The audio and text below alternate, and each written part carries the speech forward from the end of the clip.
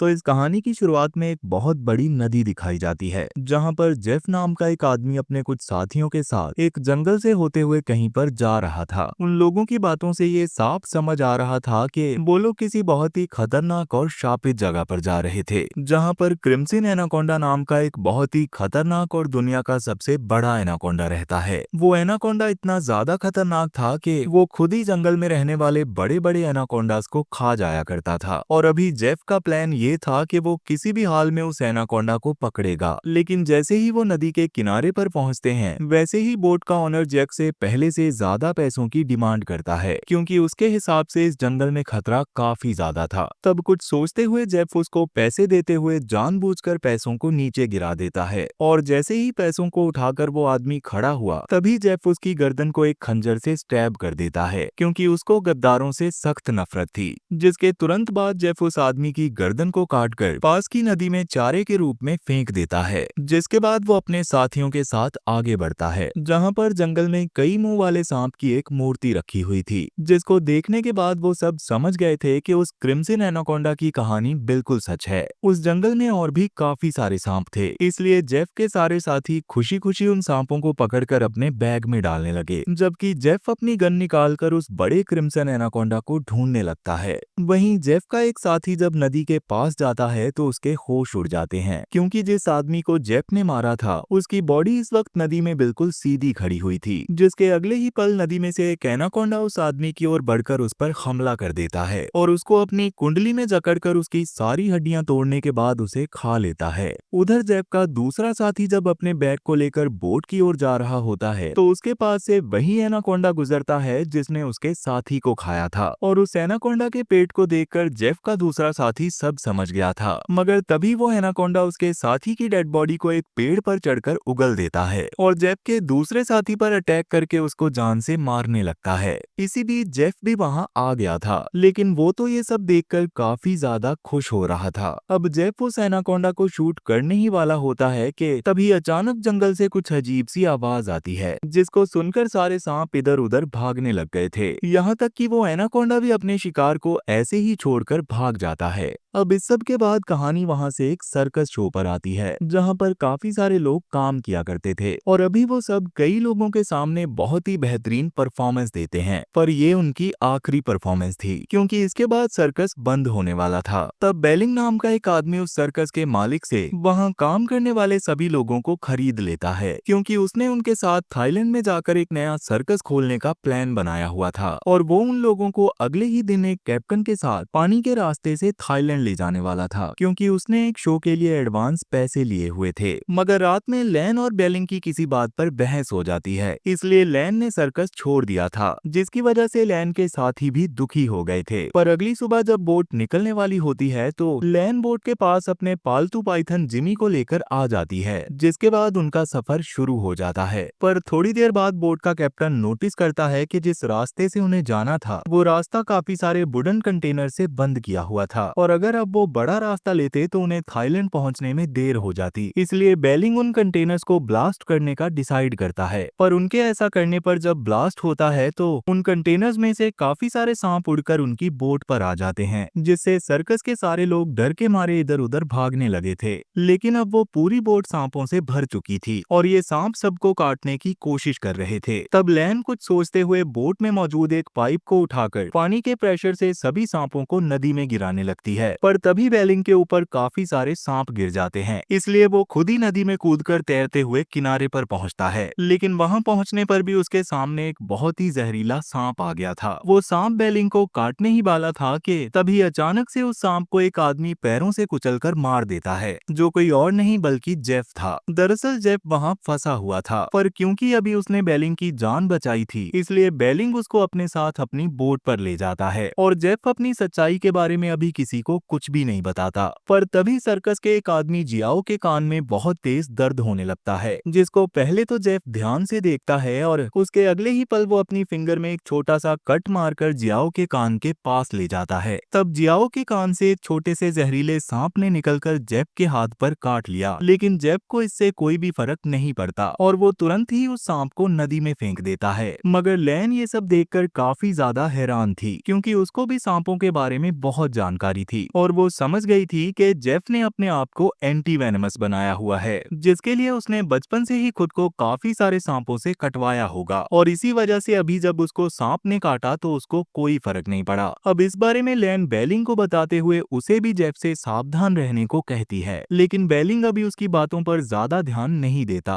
वहीं जेफ अभी बोट के कैप्टन के पास जाता है जो कि फिशिंग कर रहा था। जेफ उसको काफी सारे पैसे देते हुए क्रिम्सन एनाकोंडा वाली जगह पर वापस जाने को कहता है, लेकिन इस पर वो कैप्टन उस पर भड़क जाता है और उसे साफ इनकार कर देता है। जेफ अभी के लिए तो वहां से अंदर चला जाता है, पर अगले ही पल कैप्टन की फिशिंग रॉड जोर जोर से हिलने लगती है और कैप्टन के थोड़ा सा नीचे होते ही एक अननोन फोर्स उसको पानी में खींच लेती है। दरअसल ये जेफ का ही एक ट्रैप था जिसमें कैप्टन फंस गया था और उसकी मौत के बाद उसकी बॉडी आसपास के एनाकोंडास को बुलाने का काम करने वाली थी। वहीं रात में बेलिंग लैन के पास जाकर उसको अपने साथ सोने के लिए फोर्स करता है, लेकिन लैन इस पर गुस्सा करके उसको उल्टा सीधा बोलते हुए वहां से चली जाती है। अब सुबह तक जेफ कैप्टन की बॉडी को अपने बनाए एक बहुत बड़े फिशिंग हुक में लगा चुका था। तभी वहां पर लैन कैप्टन को ढूंढते हुए आती है, मगर जेफ उससे ज्यादा बात नहीं करता क्योंकि उसके हिसाब से जंगल के इलाके में किसी भी इंसान का यूं गायब हो जाना कोई बड़ी बात नहीं थी। खैर तभी अचानक सबको कुछ अजीब सा लगने लगता है क्योंकि उनकी बोट के नीचे एक बहुत बड़ा एनाकोंडा आ गया था जिसने कैप्टन की बॉडी को खा लिया था, पर जेफ के हुक में उस एनाकोंडा के फंसते ही जेफ उसको खींचने की कोशिश करने लगता है, पर वो एनाकोंडा हुक पर काफी ज्यादा जोर लगाता है और हुक के साथ साथ जेफ को भी नदी के अंदर खींच लेता है। मगर जेफ इतनी जल्दी हार मानने वालों में से नहीं था। उसने पास में पड़ी एक बोट उठा ली और भागने की कोशिश करने लगा, लेकिन एनाकोंडा तब उसकी बोट को ही जकड़कर क्रश करने लगता है। वहां सबको लगने लगा था कि शायद जेफ भी मारा गया होगा, लेकिन जेफ काफी तेज था और वो इस बार भी बचकर तैरते हुए वापस से बोट पर आ गया था। लेकिन वो एनाकोंडा बोट पर ही आ गया था और उसने सबके सामने उनके कैप्टन की बॉडी को अपने मुंह से उगल दिया, जिससे वो सब काफी ज्यादा डर जाते हैं और इधर उधर भागने लगते हैं। वो एनाकोंडा अभी सर्कस में मौजूद एक प्रीस्ट वोंग और उसके भाई वी के पीछे लग गया था, मगर तभी जेफ वहां आकर एक टूल से एनाकोंडा पर अटैक करता है, जिससे वो एनाकोंडा और भी गुस्से में आ गया था। तब जेफ तो जैसे तैसे वहां से निकल जाता है, लेकिन वो एनाकोंडा सर्कस के एक बच्चे और जियाओ के पास जाने लगता है। तब वो लोग उससे बचकर भागने की कोशिश करते हैं और भागते हुए कॉकपिट के पास आ जाते हैं जहां पर पहले लैन छुपी हुई थी और अभी उसको कैप्टन का क्रॉसबो मिल गया था, जिससे वो उस एनाकोंडा को डराने की कोशिश करती है और तब उसकी जान बचाने के लिए जियाओ एनाकोंडा के सर को एक मटके के अंदर फंसा देता है, जिससे वो एनाकोंडा काफी डर गया था और अपने आप को फ्री करवाने के लिए वो अपने सर को इधर उधर पटक रहा था। तब भागते समय गलती से लैन के पैर से पास में पड़ा काफी सारा केरोसिन गिर जाता है और वहां पर आग लग जाती है, जो थोड़ी ही देर में बोट में रखे डायनामाइट्स तक पहुंच गई थी। और जैसे ही एनाकोंडा अपने आप को फ्री करता है, वैसे ही बोट में एक बहुत बड़ा ब्लास्ट होता है। तब बाकी सब तो अपनी जान बचाने के लिए बोट से नदी में कूद गए थे, पर वो एनाकोंडा वहीं पर मारा गया, जिसके बाद सब लोग जैसे तैसे तैरते हुए किनारे पर आ जाते हैं, जहां आने के बाद सब लोग काफी ज्यादा डरे हुए थे क्योंकि अब वो लोग जंगल के बीचों बीच हैं और उनकी मदद करने के लिए वहां पर कोई भी नहीं था। पर जेफ अभी भी एकदम चिल होता है और वो बाकी सबको एक मैप दिखाते हुए उस क्रिम्सन एनाकोंडा वाले जंगल की ओर चलने के लिए कहता है, जहां से वो उन्हें बड़े ही आराम से 2 दिन के अंदर ही थाईलैंड में पहुंचा सकता था। मगर लैन को उसकी बातों पर भरोसा नहीं था। वो समझ गई थी कि कैप्टन का मरना और उस एनाकोंडा का उनकी बोट तक आना, इस सब में जरूर जेफ का ही हाथ था और जेफ भी इस बात को मान लेता है। मगर इसके साथ ही वो सबको लालच देता है कि अगर वो उस एनाकोंडा को पकड़कर मार देते हैं तो वो लोग इतने ज्यादा अमीर हो जाएंगे कि उनकी 7 पीढ़ियों को भी काम करने की कोई जरूरत नहीं पड़ेगी। इस बात को सुनकर वैसे तो कोई भी खुश नहीं होता, लेकिन बेलिंग की खुशी का तो अब कोई ठिकाना ही नहीं था। वो इतने सारे पैसे कमाने के लिए कुछ भी करने को तैयार था, पर लैन उसको ऐसा करने से मना करती है क्योंकि लैन के हिसाब से उनको एक रेडियो ढूंढकर मदद बुलाने की कोशिश करनी चाहिए थी। मगर बेलिंग उसकी कोई भी बात नहीं सुनता।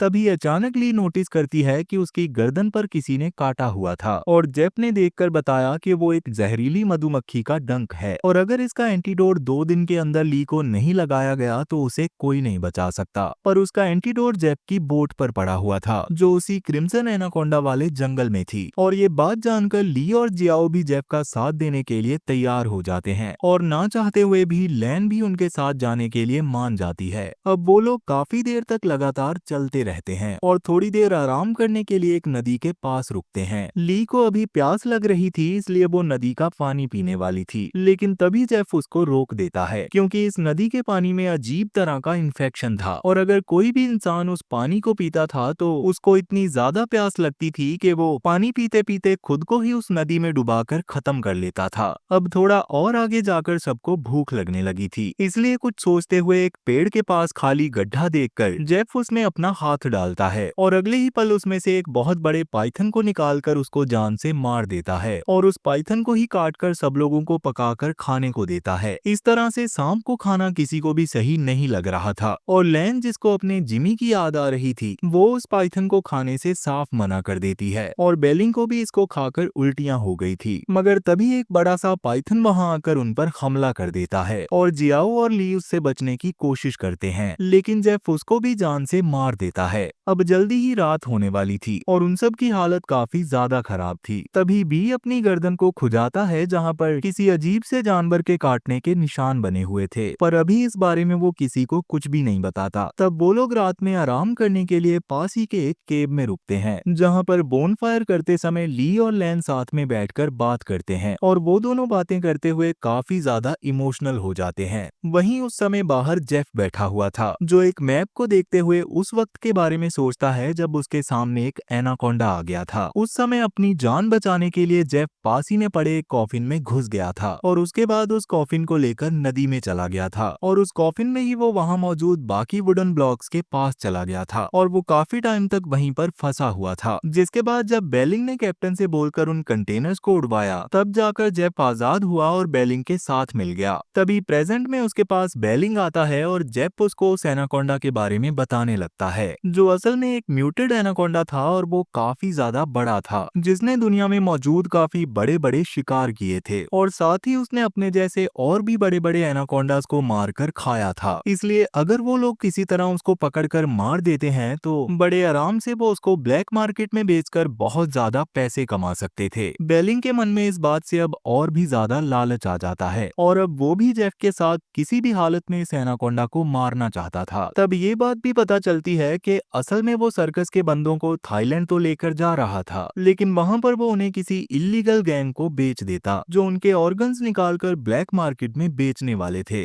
अब रात में सोते हुए अचानक से वोंग को एक बहुत ही खतरनाक सपना आता है जिसमें वो देखता है कि उसको और उसके पूरे ग्रुप को काफी सारे एनाकोंडास ने घेर लिया था और ये सब देखकर जब उसकी नींद खुली तो उसने देखा कि उसके पास उसका भाई नहीं था और ये देखकर वो काफी ज्यादा डर गया था। अब वोंग उसको ढूंढते हुए पास की नदी में जाता है और वहीं पर उसका भाई भी जा रहा था। दरअसल उसको अजीब तरह के हेलुसिनेशंस हो रहे थे जिसमें वो उस क्रिम्सन एनाकोंडा को भी देख रहा था, पर फिर भी वो लगातार नदी में जाता रहता है। तब वोंग उसको रोकने की कोशिश भी करता है पर वो नोटिस करता है कि उसका भाई उस वायरस से इन्फेक्टेड हो गया था और उसके मुंह से अजीब तरह के वॉर्म्स बाहर आ रहे थे जिसका मतलब था कि जरूर उसके भाई ने बिना किसी को बताए उस नदी का पानी पिया होगा। अब वोंग अपने भाई की मौत से काफी ज्यादा दुखी होता है और अभी के लिए वो अपने साथियों के पास वापस लौट जाता है। अब अगली सुबह से सब लोग वापस अपने सफर को शुरू करते हैं, लेकिन अब उन लोगों को अपनी लोकेशन तक पहुंचने के लिए पैदल ही उस नदी को क्रॉस करना पड़ेगा, जिसके लिए शुरू में तो कोई भी तैयार नहीं होता क्योंकि वो सब लोग पानी से काफी ज्यादा डरे हुए थे क्योंकि उनके ऊपर ज्यादातर हमले पानी में ही हुए थे। पर क्योंकि अब कोई और रास्ता नहीं था इसलिए फाइनली वो सब पानी में चले जाते हैं। अब वो लोग आगे बढ़ ही रहे थे कि तभी अचानक एक बहुत बड़ा एनाकोंडा आकर वोंग पर हमला करके उसको मारने लगता है, जिसे देखकर लैन उसको बचाने की कोशिश करती है पर वो उसे नहीं बचा पाती। इसलिए अब सब लोग अपनी जान बचाने के लिए जल्दी जल्दी आगे बढ़ना शुरू कर देते हैं और फाइनली वो लोग किनारे पर जेफ की बोट के पास पहुंच जाते हैं और वहां पहुंचकर अपने वादे के मुताबिक जेफ ने लैन को ली को बचाने के लिए वो दवाई दे दी थी जिससे ली के अंदर का वो जहर खत्म होने वाला था। जिसके बाद लैन जेफ से थाईलैंड चलने के लिए कहती है पर जेफ इसके लिए मना कर देता है क्योंकि असल में वो वहां लैन और उसकी टीम को लेकर इसलिए आया था ताकि वो उनको भी चारे की तरह इस्तेमाल कर सके, क्योंकि उस एनाकोंडा को बस खाने का लालच देकर ही बुलाया जा सकता था और उसको मारा भी सिर्फ तभी जा सकता था जब वो अपने शिकार को खा रहा हो। और ये सब जानने के बाद वो सब लोग काफी ज्यादा डर गए थे और उन्होंने जेफ के साथ क्रिम्सन एनाकोंडा को पकड़ने से साफ इनकार कर दिया। मगर तभी बेलिंग एक खंजर निकालकर सबके ऊपर तान देता है क्योंकि वो किसी भी हाल में उस एनाकोंडा को पकड़ना चाहता था।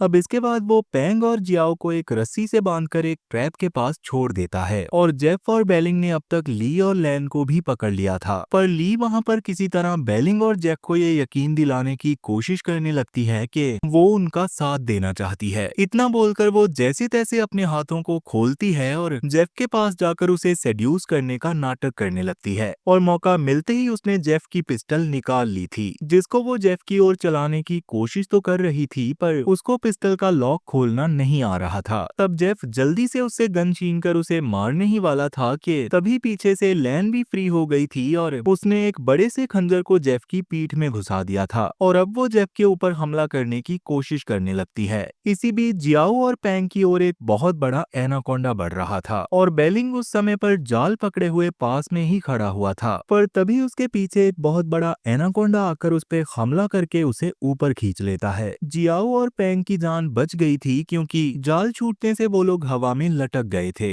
वहीं जेफ ने ली को अब तक शूट कर दिया था पर वो मरी नहीं थी, इसलिए जेफ उसको मारने की कोशिश कर रहा होता है कि तभी पीछे से लैन जेफ को एक लकड़ी से मारकर बेहोश कर देती है। जिसके बाद ली और लैन जल्दी से जाकर पैंग और जियाओ को फ्री करते हैं और वहां से जेफ की बोट से निकलने का प्लान बनाने लगते हैं। लेकिन तब तक जेफ को होश आ गया था। अब वो भी उन लोगों की तरफ ही बढ़ रहा था कि तभी एक एनाकोंडा आकर उसको भी अपने साथ पेड़ पर ले जाता है, जिससे अब लैन और बाकी सबको बोट पर जाने का मौका मिल गया था। लेकिन बोट पर जाने से पहले ही ली की लैन के हाथों में ही मौत हो जाती है, जिससे लैन काफी ज्यादा परेशान हो गई थी। पर अभी वो पैंग की जान बचाने के लिए जियाओ के साथ उसको बोट पर ले जाती है और वहां जाकर वो बोट को चालू करने की कोशिश करने लगते हैं। मगर तभी पीछे से एक बेहोश करने वाली गोली आकर जियाओ को लगती है, जो किसी और ने नहीं बल्कि जेफ ने चलाई थी। जिस एनाकोंडा ने जेफ को पकड़ा था, जेफ उसे भी मौत के घाट उतार चुका था और अब वो जियाओ, लैन और पेंग को पकड़ने के बाद उन्हें चारे के रूप में काफी बड़े बड़े ट्रैप्स में बांध देता है और उनके खून की खुशबू से काफी सारे एनाकोंडास ने उन्हें घेर लिया था। अब वो एनाकोंडास उन्हें खाने ही वाले थे कि तभी अचानक से सबको कुछ अजीब सी आवाज आती है और वहां पर क्रिम्सन एनाकोंडा आने लगता है, जिसने एक एनाकोंडा पर हमला करके उसे तुरंत ही मार दिया था। वो नॉर्मल एनाकोंडा के मुकाबले काफी ज्यादा बड़ा था और उसको देखने के बाद सब लोग काफी ज्यादा डर गए थे, जबकि जेफ बहुत ज्यादा खुश हो रहा था। तब क्रिम्सन एनाकोंडा जियाओ, लैन और पेंग को पकड़कर खाने ही वाला था कि तभी जेफ ने उस ट्रैप को छोड़ दिया, जिससे एक बड़े से जाल में ये क्रिम्सन एनाकोंडा फंस जाता है और अपने आप को छुड़वाने के लिए तड़पने लगता है। पर उसके तड़पने से वो जाल नीचे गिर गया था और जल्दी ही उस जाल को फाड़ने के बाद वो एनाकोंडा जंगल में भागने लगता है। पर जेफ उस पर फिर से हमला करता है और उसको पकड़ने की कोशिश करने लगता है, मगर क्रिम्सन एनाकोंडा इस वक्त काफी ज्यादा गुस्से में आ गया था और वो जेफ को बुरी तरह से इधर उधर घसीटने के बाद फाइनली उसके शरीर को जकड़कर खा जाता है, जिससे फाइनली अब जेफ की मौत हो गई थी। लेकिन पेंग जानता था कि अब अगला नंबर उन लोगों का है, इसलिए वो अपने मुंह से रस्सी को काटने लगता है, जिसके दौरान उसके मुंह से खून भी निकल आया था। पर फाइनली उसने उस रस्सी से सबको आजाद कर दिया। तब वो लोग अपनी जान बचाने के लिए इधर उधर भागने लगते हैं, पर अब क्रिम्सन एनाकोंडा उन लोगों के पीछे पड़ चुका था। पेंग अपनी जान बचाने के लिए पास में पड़े कुछ हॉलो वुडन लॉग्स में घुस जाता है, लेकिन वो एनाकोंडा भी उसको देख चुका था और वो भी पेंग को मारने के लिए उन लॉग्स के अंदर जाने लगता है। तब पेंग दूसरी तरफ से निकलने की कोशिश करता है, पर दूसरी ओर से बाहर निकलने का कोई रास्ता नहीं था।